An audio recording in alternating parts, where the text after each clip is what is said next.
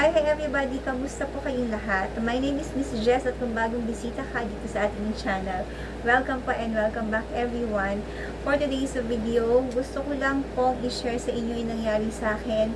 Nung panahon, nagkaroon tayo ng gastroenteritis.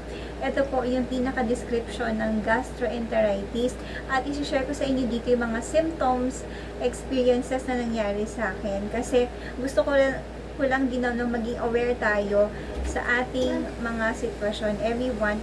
And for now, sasabihin ko nga sa inyo na hindi po biro magkaroon ng gastroenteritis. Ang first symptom ko actually is nilagnat muna ako. Day 1, nilagnat muna ako.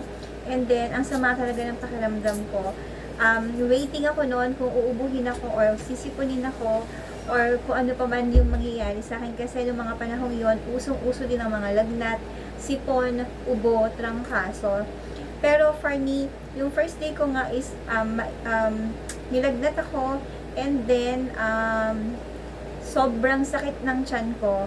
Yung sakit na parang sinantok yung tiyan mo and then yung sakit na nasusuka ka, ayaw mong kumain. May cravings ako, may gusto akong kainin that time, pero hindi ko siya nakain. Kasi nga parang something is wrong sa tiyan ko. Parang ang bigat ng tiyan ko, tapos nagsuka na ako. And then the following day, ayun na, nakaramdam na ako ng pagtatae. Sorry po sa mga kumakain. Nakaramdam na ako ng LBM. Actually, yung second day ko, parang 5 times ako sa CR balik-balik nun. And na-experience ko yung LBM, I think, for 5 days. Okay? So, syempre, of course, nag-worry na ako nung third day kasi may lagnat pa rin ako nun. As in, hindi nawala yung lagnat ko, kasabay ng pag-vomit, kasabay ng pagdumi. And as in, super lambot talaga ng poopsie natin. Sorry ulit sa mga kumakain. But for awareness lang everybody, kasi this is very important sa mga akala lang natin na okay lang, no? Na sumasama yung pakiramdam, sumasakit ang tiyan at nagsusuka. Hindi po. For me, uminom ba ako ng gamot? To be honest, hindi. Binigyan ako ng husband ko ng gamot to take, pero hindi ko siya ininom at all. Unang-una, takot ako uminom ng gamot. Pangalawa, hindi ako basta-basta umiinom ng gamot because of my sikmura, so very sensitive ako sa mga medicine, tsaka sa mga supplements, talagang piling-pili lang yon. And I chose not to take any medicine nung mga time na yon. Inantay ko na medyo bumaba yung aking LDM, inantay ko muna na mawala-wala yung masyadong matubig mga sis. Masyado siyang matubig, as in talagang loose kung loose.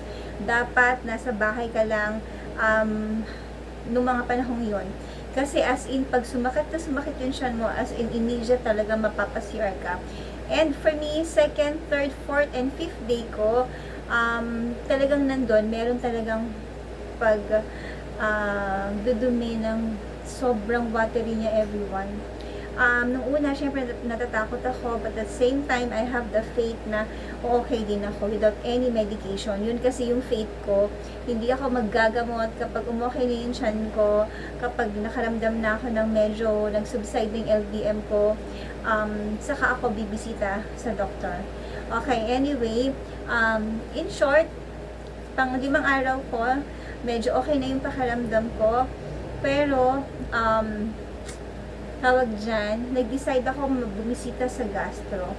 And doon ko nalaman, doon pa lang sa symptoms na sinabi ko kay doktora, doon ko nalaman na gastroenteritis siya. So, i-attach ko dito yung mga symptoms nun, and usually ko rin ginagawa sa kanila.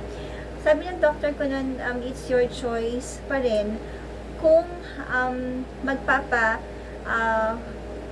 papacheck ka nung dumi at saka nung wiwi, ganon. So, sabihin sa akin, but if I were you, kasi ngayon, ano ka naman na, sabihin ganyan, tinanong niya ako kung nung araw na nagpa-check up ako, kung nakailang dumi na ako, ganyan. Sabi ko, halos hindi na po, ganon. So, sabi niya sa akin ganon, try to observe it, and then, kung hindi pa, sabihin ganon, magpa-check ka na lang din ng urinalysis mo, ganyan, tsaka yung sa dumi everybody. So, for me, ang ginawa ko, in-observe ko muna yung tiyan ko, if ano ba yung mangyayari. if may pagsusuka pa bang nangyari, and if super lambot pa ba ng aking pagdumi. But thank be to God, kasi nung mga panahong yon, kasi nga since wala akong gamot, wala akong ininom na, ang ininom ko lang ng time na yun is Gatorade para hindi ako ma-dehydrate. And water talaga ako. And other than that, wala naman ako ininom. Okay? So, wala naman binigay sa akin yung doctor, kasi according to her also, nag-stop naman na yung pag-LBM natin. So, for me, it's really important na magpa-check up tayo sa mga doctors natin, kasi hindi natin siya malalaman, or hindi mo malalaman kung anong problem ng katawan mo if, pababayaan mo siya.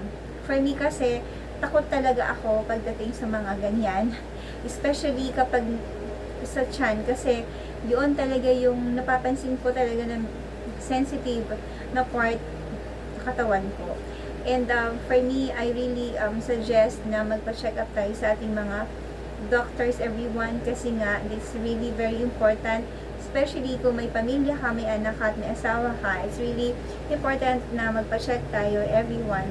And for now, masasabi ko sa inyo is, okay, so maybe may magtanong sa akin dyan, paano ko naman nakuha yung gastroenteritis?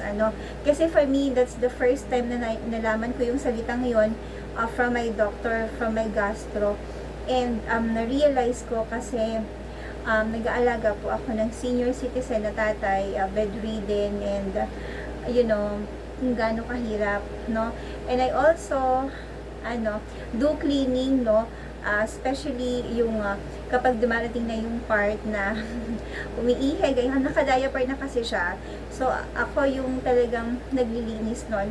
And, yes, talaga namang maghugas tayo ng kamay, alcohol, and But maybe, may mga nakakalusot, and maybe, dahil exposed ako doon sa dumi, siguro, possible na dahil na lalanghap natin yon, diba, very, very, malungkot, no, yung ganun. So, hindi talaga siya maganda. So, after that, na-realize ko na hindi siya talaga basta, kasi dumi is dumi. So, ganun pa man, I make sure talaga na sobrang malinis na malinis ang aking kamay, and I make sure na naka-mask ako all the time. I make sure na naka-gloves ako ng madaming ilang patong na gloves yon, plastic gloves and rubber.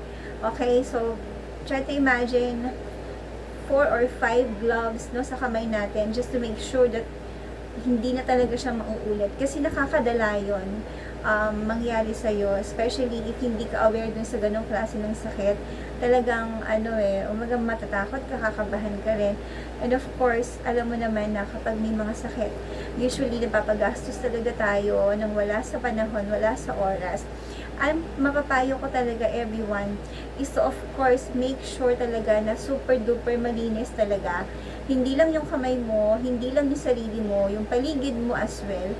And make sure pala dapat na nakamask, especially if exposed ka talaga sa mga katulad ng ginagawa ko. It's really important kasi, di ba, medyo off tong topic natin for today, pero this is really important kasi baka may mga katulad ko sa inyo na na-encounter to, and maybe nagtatanong ko ako ano nangyari sa'yo, di ba? And paano nga ba siya maiiwasan? Make sure pala dapat talaga na sobrang linis ng paligid mo. Malinis ako sa lahat ng bagay. I usually do things na I make sure na sobrang as much as nakikita ng mata ko, malinis at maayos talaga lahat. Pero kapag ganun pala, may mga nakakaligtas talaga yan siya.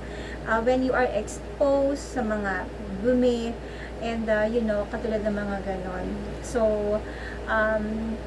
yun, at I hope na makatulong to.